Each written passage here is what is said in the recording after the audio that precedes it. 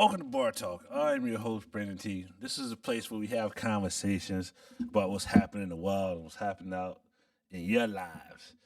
And like I said, like, subscribe, and comment everywhere you see me and join the topic. And with that being said, let's go. So today's question I'm posing to y'all is this: do you think that in this connected world, with these things here and so forth, do you think that in the connected world is the cell phone, social media, not necessarily social media, but the cell phone that's always in your pocket, is that making relationships weaker or is it making relationships stronger? Now think about it. So with the relationships, like I said, let's think back in the day, right? Back in the day before the cell phone was a thing, and you always had it on you. You say you went to work, your spouse went to work, or say your spouse stayed home and somebody went to work. There was that all day at work. You didn't talk to each other until you got home. And then think about it. So you had a time to miss the person, thought about what they were doing. You know what I'm saying? Just little wondering things, and until you got home and saw them. And now today, that every time somebody thinks of something, wants something, do something, or so forth, they're in your pocket. And the communication goes all the way, so you don't never necessarily get a chance to, in turn, miss a person. So without that having a chance to miss a person, does that in turn make the relationship weaker, or does it make it stronger that you always connected?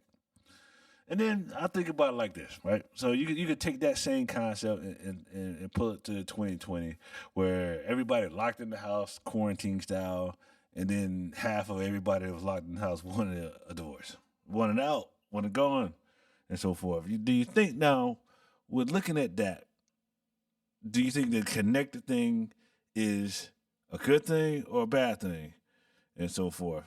And with that being said, I'm gonna add Shrees in, and we're gonna talk about it.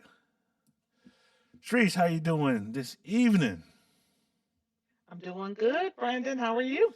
Very well, very well. So tell me, do you think the connected world with these cell phones in everybody's pocket, Apple, Android, doesn't matter what the carrier is, does that making relationships stronger or weaker? What do you think? I think a strong relationship is going to get stronger and a weak relationship is going to get weaker. And I want to back up for a second because you said not necessarily social media. Social media is part of it too because it's all grouped together with the thing in your pocket. Right. Because now your spouse can see if you're talking to somebody else on social media, if you're pressing like, if you're not pressing like, you on social media, but you ain't answer my text message. I mean, you got a lot going on because of all of those things being locked and grouped together. But I think look, if you got a strong relationship, those text messages are really cute. Hey baby, I'm thinking about you. But you don't want to hear that from somebody you hate. Okay? Do not Sure, text sure. me during the day if I can't stand you. So I think it goes wherever the direction of that relationship was going anyway. For sure, for sure. But think about it though. Let's go back in time when before the cell phone was a thing, and you didn't have those cute messages, baby. What you doing? How you doing? How's your day going? What you for lunch and all that, all that extra communication. When you didn't have that, and then you just had to think it. You just worked through your day with your thoughts and so forth until you got home. Do you think in turn then relationships would have been stronger, or you think weaker? When you didn't have that, you know what I'm saying, that all day reach out and touch it thing. That insinuates that if there was more contact back in the day, Big Mama and Big Daddy wouldn't have made it. Basically, is what you said. They wouldn't have made it because they talking to each other all day. Heaven forbid they actually have to communicate. And so basically, I think if you're communicating now, that could be a good thing. Some women like a lot of communication. Some men like a lot of communication. But then there are people that they can't stand each other. Matter of fact, they'll block each other so you can't communicate with them all day, text message or otherwise. Right. True. You don't want to talk, block them. There you go. Problem solved. Right. I mean, I get that. So, but I think that Big Mama they maybe had a more solid relationship back then. I think just because, like I said, sometimes you need your time away. Sometimes I don't need to talk to you. Let me go to work and just be. Let me take my 8 hours over there, and I've clocked out for a while on what's the debate that we talking about and so forth. Until I get back home, clock back into that. Maybe that break. That's like a mini vacation and so forth that happens. You think that's not valuable? I know I know I'm you saying can't block your spouse. So. you need a mini vacation away from your family every day. Like you want to come home and sit down in front of the TV with your dinner tray and your meal placed on it, and because that ain't time you spending with your family either. You're gonna come home now. Big Daddy come home, everything stop. Okay, everything stop. Right. You better not make no noise. He gonna get his dinner. He gonna sit in front of that TV and watch the baseball game, and everybody better be quiet. Where is that unit as a family now? When does that happen? When do you bond with your person? Do you bond on the other side of this thing though? I don't know if you bond on the other side of this thing or not, but it seems like okay, I get that. You know what I'm saying? What you're saying is a valid point that you would get to the point where that before the cell phone and the people would, you know what I'm saying, go to work all day, then come home and then be grouchy or whatever, just want big daddy just want the big piece of chicken and his food on the plate and so forth. He on his breast, his chicken breast. Yeah, he wanted whatever the big piece of chicken is, and one of the kids gonna be looking at the big piece of chicken and so forth, and then he want to watch TV later. So I gotta say, you can say there's no connection there, and but the daytime while you away, the connection. So is it even? Is it half and half then? Because like every household wasn't the point where that the daddy come home, big piece of chicken, and he in front of the TV clocked out. Sometimes it's the conversation of, "How's your day?" But there is a disconnect with the family in that. And I don't necessarily think the divorce rate has changed that much since those days. I'm interested in seeing some data from that because I don't think it's changed that much. It may have gone up now, but back then too, people didn't get as many divorces for lots of reasons. Women didn't leave men, they didn't have careers, they didn't make money, they had to stay. So I don't know if that's where the problem is.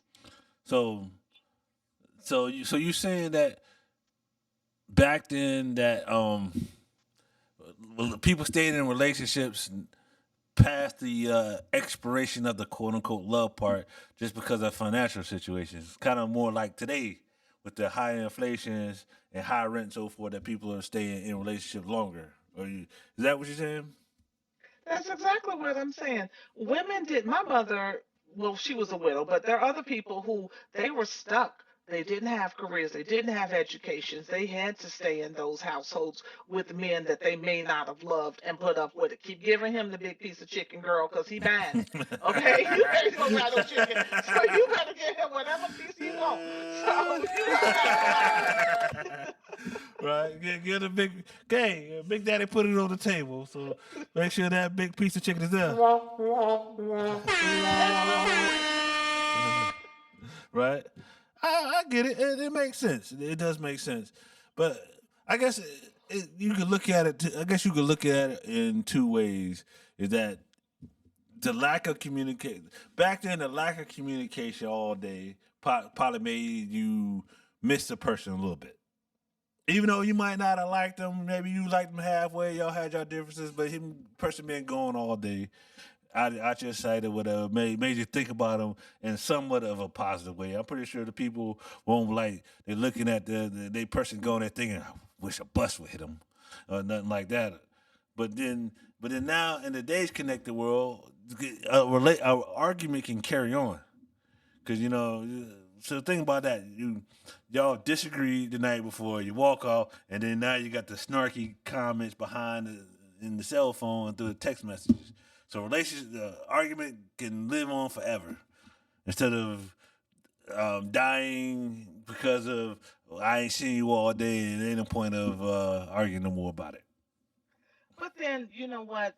You should have a no argue text message or even cell phone policy. Nobody want to get arguing. I done left the house and we still arguing. Who doing that? Don't you start texting me at work? I'm gonna show enough block you now. So You gonna block you your not spouse? harassing. Yes, you are not harassing me while I'm working. It's too much. People who gonna deal with that? Do I you don't want unblock nobody when you get texting home? me.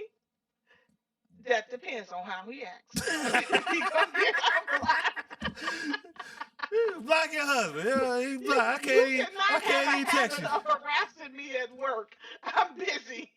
Shoes, I am too busy to be fighting with you still, and then have to talk to a staff or other coworkers. No, no, we should have some board. We gotta have some boundaries here.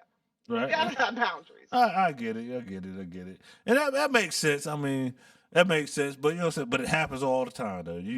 That argument leaves the house and hits your cell phone while you're at work and then comes back at the house and so forth. Like I said, it happens all the time. And And block happens all the time too. yeah, but it's hard. I'm trying to tell you, it's unfashionable to block the person you live with. Yeah, definitely unfashionable. Okay, for other people. Right? Look, that is not a good thing to be putting somebody in an emotional state and they're at work. Again, it's called boundaries and emotional maturity. We have to get to a place where we are emotionally mature to understand that I don't want to do that to my husband or my wife, and while that person is at work and dealing with all the other stresses of being at work. So, where's the emotional maturity? Cell phones are a great thing, certainly. It's a good thing. Hey, the kids got an emergency at school. One of us needs to pick them up. But, this whole acting a fool because we got cell phones and can is really just, as far as I'm concerned, it's immature. I I'm not got you. participating. Audience members, tell me, is it fashionable to block a person you live with because they try to argue with you? Do you block? The question is this: do you block them? Is that okay, or is it just to not respond? One or two. Tell me if you block them so they can't even reach you. You know, they get that the iPhone, you get that green bubble, or if you just ignore them, don't even pay attention to their text. You see their name come up, you don't even reply back. Put it in the comments how you feel about that. Yes, please put it in the comments how you all feel about that. I am interested to see if I'm not the only person who blocking people that I Yes, live with. is it all they sure he's just blocking people, cold blooded, and then they gotta beg to be unblocked. They live in the same Okay, house, well, I gotta be cold blooded. cold blooded. Blocking you because we living at the house. We sitting at the dinner table, eat dinner, and we block. Yep, yep. Ain't that something? Yep. But anyway, that's a good discussion and so forth. Now I'm gonna pass over Shreese. Shreese, take it away. How you feeling? I'm feeling good. We're gonna talk about these wigs today. I promised you last week we're gonna talk about wigs. So let's get started. Here's the first one I want to hit on. You got my picture up? You got it. Go ahead. All right. So, ladies, now look, some of y'all need to pull these wigs back just a little bit. I'm not saying anybody looks like the face of that picture, but your wig look like the hair of that picture. Okay, I'm not insinuating anybody's face looks like that. Let me be clear. But your wig look like that. So y'all need to pull them wigs back just a little bit so that it matches where your hairline is. That being said, some of you all need to pull those wigs up just a little bit. Okay? They a little too far back for some of you all. Pull them up so it all evens up to where your hair is supposed to be. The other thing about those wigs, because now we're using glue for some strange reason. Okay, fine. Got to glue it down. It looks good. We've come a long way with the lace fronts. But some of that is caked on now. You're supposed to wash them. And guess what? If they don't bounce back when you wash them, Let me tell you what you do next if they don't bounce back after you wash it. Throw it away. It's time for a new wig. If you can't recover that thing by washing it and conditioning it or whatever, it's time for a new one. Stop being so cheap and get you a new one. The next thing I want to talk about is I had somebody call me about this, and they were telling me there are people still wearing these weaves that mat up in the back. Now, I Not thought the we were far away from matted weaves now. matting. Weeds. Matted like a Oh, horse hair, matted oh tail, Lord. matted in the back. Right. And then they mad at somebody else because they got on a nice wig. Get some new hair. That's a whole nother new hair situation too. If it's now matting, it's time for new hair. We all wearing hair these days. There's too much hair out there. Hair is on every corner, sometimes twice on every corner. So please do something about that hair. And then let me see what else I got here. Um, if it's not your style, okay, figure out what works for your face, what works for your hair, what works for your style. If you're going to add hair to your hair, get the textures right, or at least close enough, because people know you want it to look natural, ladies, not like something dyed on top of your head.